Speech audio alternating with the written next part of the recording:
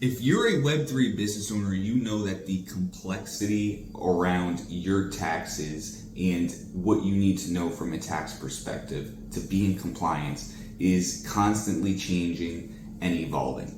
The problem is that you need to stay on top of this as a business owner to ensure that you're in compliance with the IRS. In this video today, I'm going to go over some of the common issues that I see on tax returns that can lead to audits and can trigger an audit. The first issue that I see that can lead to an audit and also lead to an unsuccessful audit is lack of documentation and records. Firstly, as a Web3 business, we need to make sure that your financials are integrated, meaning that your digital asset accounting subledger needs to be integrated with your actual financial statement. So we have one complete record of financials. This is going to ensure accuracy and give us a clear set of financials that we need for reporting purposes, for tax purposes. Additionally, we need to make sure that we have an audit trail within your digital asset subledger that can show the flow of funds for every taxable event that we claim on your return. Now, there's much more that we can get into regarding best practices with documentation and some of the information that we want to save. But at a high level, it's important to know that we need to have proper documentation when it comes to audit trails and integrated financial statements if we even want a chance at being able to take the right positions on our return and substantiate those positions that we take. Additionally, another issue that we can run into is data gaps, especially if you're going back into multiple tax years to clean up your accounting. There may be data gaps that can lead to you understating or overstating some of the positions on your return. We want to avoid that as much as possible, and where there are data gaps where we possibly don't have cost basis data, we want to take a conservative position on that, and we also want to document that. So in the event of an audit, we know exactly what happened and we can substantiate the series of events that took place. Another common audit trigger is inconsistencies in your tax reporting. So when you go and you file your tax return, you're going to report to the IRS the amount of income that you made, the amount of capital gains that you triggered for the year, and any payments above certain thresholds that you made to contractors. You'll be reporting all of this to the IRS on your tax return. Similarly, if you exceed certain thresholds in your activities across centralized exchanges or in terms of money that you received, you may also have third parties reporting to the IRS on your behalf. So if you go and you trade over a certain threshold on a centralized exchange, for instance, like Coinbase, they may report the activity that's taken place on their exchange for the year. Similarly, if you've received over a certain threshold of income, you may get a 1099 from the individual that paid you that income that reported the total amount that they paid you to the IRS. Now, if these amounts on these 1099s that get reported to the IRS are not also reported with your tax return and then also reconciled appropriately to your actual accounting, this can trigger audit events because the IRS may see that you've claimed your income, but you didn't claim a specific 1099 that you received, and then there'll be a matching discrepancy that they'll want to investigate. So we need to make sure that to the degree you're receiving 1099s, they're getting reported appropriately on your return. And it's very common for these 1099s, especially when they come from exchanges, to not be fully accurate because they don't have all of your information. They don't have everything that's taken place across your non-custodial wallet. So oftentimes we need to report these 1099s, but these 1099s need to be reconciled against your actual accounting and have adjustments made to it for the cost basis data that we can support. So it's very important that we report these 1099s and that we report them correctly. A common thing that I see is people that either didn't report on their return or they did report on their return, but they didn't report the 1099s correctly. And then they get tax notices for adjustments that are usually overstating their capital gains or overstating their income. Another common audit trigger is simply not claiming all of your income or capital gains or just taxable events in general. For some reason, even though we're moving far along in this industry, we've seen a lot of maturity, although there's a lot more to go. People still believe that you can successfully commit tax fraud using cryptocurrency. And this just isn't the case. Many people think that the Bitcoin is anonymous, but it's actually pseudonymous, which means that you may not have an identity associated with the non-custodial wallet that you own, but all that has to be done is to connect an identity to that wallet address, and now the IRS is going to have all of those transactions. So that's basically all taxing authorities have to do, is connect an identity to your wallet address. And then this whole idea of tax evasion goes out the window, because then every single transaction that's taken place at that wallet address that's tied to your identity is on an immutable ledger.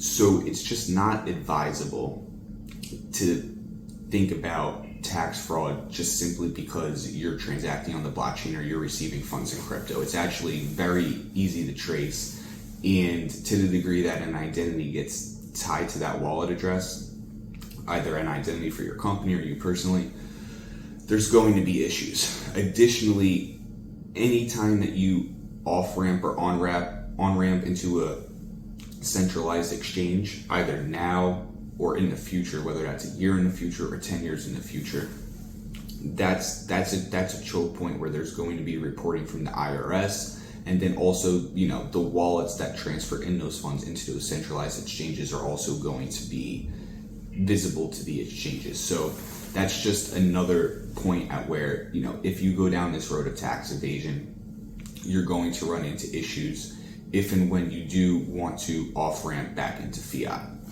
So, it just doesn't make sense to evade taxes when you're dealing with an immutable blockchain and a wallet address that's associated with you.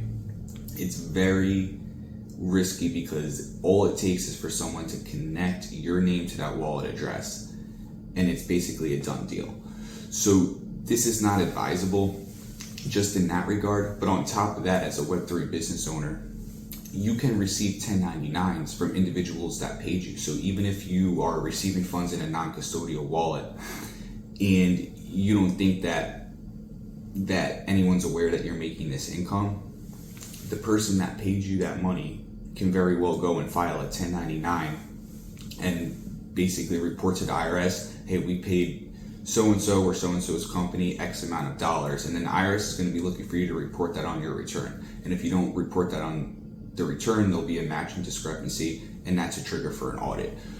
So there's many different ways that under-reporting your income or not reporting your income or your capital gains is going to lead to serious negative consequences for you, your business, and your bottom line. So another common audit trigger is disproportionate expenses or just unusual business expenses. So any expense that you claim on your tax return has to obviously have a business connection to it, but it also has to be reasonable in nature, meaning that you can't, a tax return that should have cost $1,000, if you're reporting that you spent $50,000 to get your tax return prepared, there's some issue there. That's not a reasonable expense. These types of expenses that are outside of industry averages, which obviously the IRS has data on, can lead to audit triggers, because that's a sign that, if 95% of your industry reports X amount for a certain expense category and you're reporting 50% more,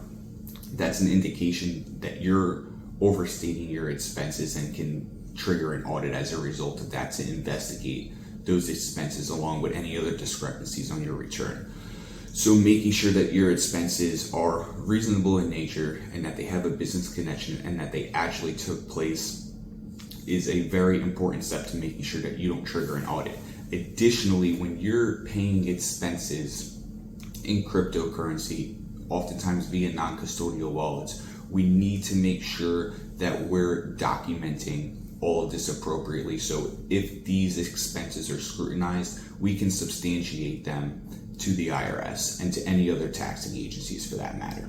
So what can you do as a Web3 business owner to make sure that you're prepared for an audit and that you're filing your tax returns appropriately to avoid triggering an audit? Number one is make sure that you maintain accurate and organized records. So, I did go over this previously in terms of making sure that your financial statements are integrated, that you have audit trails that we're including all wallets and exchanges. So we want to make sure that these financial statements are accurate, complete, and that they're on hand and they're easily accessible. So if you do get audited 3 years down the line, we still have all of this documentation. It's not just sitting out there in some software. We have long-term records for this, permanent records that we're storing this in. Next is conduct internal due diligence. This is both across your accounting and your tax preparation. You want to take the first steps in ensuring that it's accurate by taking proper steps for due diligence to check on the accuracy of all of your accounting. And there's many due diligence checks we can do there that are outside of the scope of this particular conversation. And likewise on the return, there's several due diligence checks that we want to do there to ensure that the accuracy and reasonableness of all the positions that we're taking. The next thing that you want to consider is seeking professional assistance. There is a lot of complexity when it comes to taxes and accounting for digital assets in Web3, and this complexity is just going to continue to grow as the regulatory environment continues to change and evolve. So working with an experienced CPA that is 100% focused on Web3, cryptocurrencies, NFTs, and digital assets can be the difference between having a successful audit where there's no adjustments, or going through an audit and really feeling it in your bottom line due to some of the adjustments and errors that were made on your return or in your accounting. So working with an experienced tax professional can really help you protect your bottom line and even save you on taxes.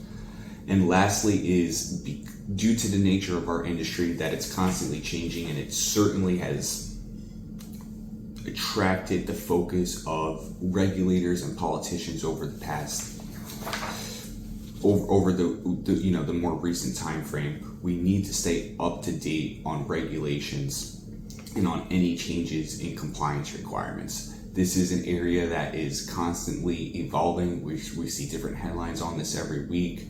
We see many different agencies focusing in on this industry. So there's going to be changes in the coming months, in the coming years, that we need to be focused on and aware of and implementing into our accounting systems and into our tax preparation.